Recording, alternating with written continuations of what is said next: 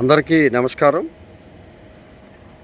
ఈరోజు ముఖ్యంగా ఆంధ్రప్రదేశ్ వ్యాప్తంగా రేపు 2వ తేదీన పదవి విరమణ చేస్తున్నటువంటి సర్పంచ్లకు మరియు పాలక వర్గాలందరికీ కూడా మా లోకల్ గవర్నమెంట్ ఛాంబర్ మరియు పంచాయతీ సర్పంచుల సంఘం, ఆంధ్రప్రదేశ్ గ్రామ స్వరాజ్య సాధనా సమితి అందరికీ అభినందనలు మరియు పదవి విరమణ శుభాకాంక్షలు తెలియజేస్తాం.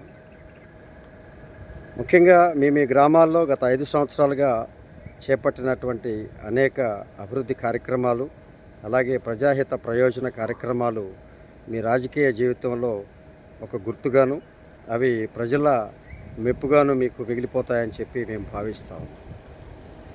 సర్పంచ్గా మీరు రాజకీయ ప్రవేశం చేసిన కొత్తవారు, అలాగూ రాజకీయాల్లో ఉన్నవారు ముందుగా మరిన్ని పదవులు మీరు రాజకీయంగా ఎదగాలని, ఆ రాజకీయాల్లో మీరు రాణించాలని, తద్వారా ప్రజాసేవ చేసేటువంటి రాజకీయ ప్రాధాన్యత పదవుల్లో మీరు మరింతగా ముందుకు సాగాలని చెప్పి మరొకసారి కోరుకుంటా ఉన్నాం.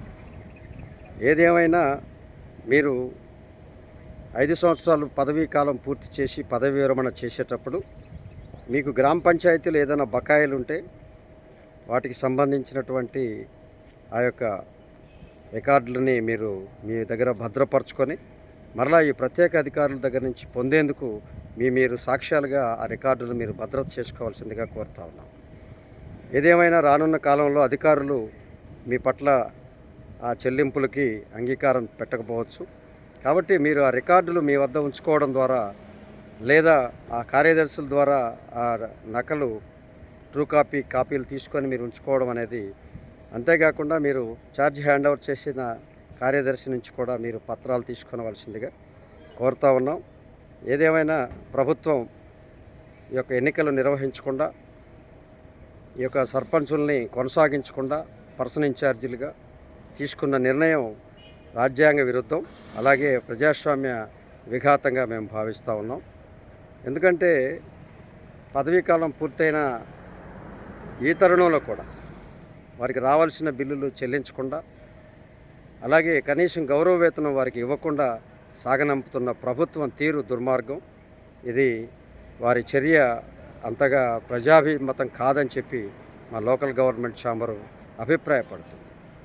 పవన్ కళ్యాణ్ పంచాయతీరాజ్ శాఖ మంత్రిగా ఈ విధంగా జరగడం మరింత విడ్డూరంగా మేము భావిస్తూ ఉన్నాం. ఆయన నేతృత్వంలో మరింతగా పంచాయతీరాజ్ వ్యవస్థ బలోపేతం అవుతుందనుకున్నాం. కానీ ఇప్పుడు కూడా గత 2000 లాగా, అలాగే 2018 లాగా ఈరోజు 2026లో కూడా ఎన్నికలు నిర్వహించని తెలుగుదేశం పార్టీకి అనుకూలంగా వ్యవహరించిన ఆయన తీరు, ఆయన కూడా రాజకీయ నాయకుడిగా ప్రశ్నించడం మానేసిన వ్యక్తిగా మేము భావిస్తూ ఉన్నాం. ఏదేమైనా రానున్న కాలంలో ఇప్పటికే నగర పంచాయతీలు, మున్సిపాలిటీలు అధికారులకు అంటగట్టారు. అలాగే ఇప్పుడు గ్రామ పంచాయతీలు అంటగడుతూ ఉన్నారు అధికారులకు. రేపు రానున్న కాలంలో మండల పరిషత్తులు, జిల్లా పరిషత్తులు కూడా ఈ యొక్క అధికారులకు అప్పచెప్పి ఈ మొత్తం పరిపాలన ఈ రాష్ట్రాన్ని కూడా అధికారులకు అప్పచెప్పి మీరంతా కిందకెళ్తే బాగుంటుందని మేము భావిస్తూ ఉన్నాం. ఏదేమైనా ఎన్నికలు నిర్వహించకపోవడం ప్రజాస్వామ్య విరుద్ధంగా భావిస్తూ త్వరలో ఎన్నికలు నిర్వహించాలని చెప్పి కోరుతా ఉన్నాం.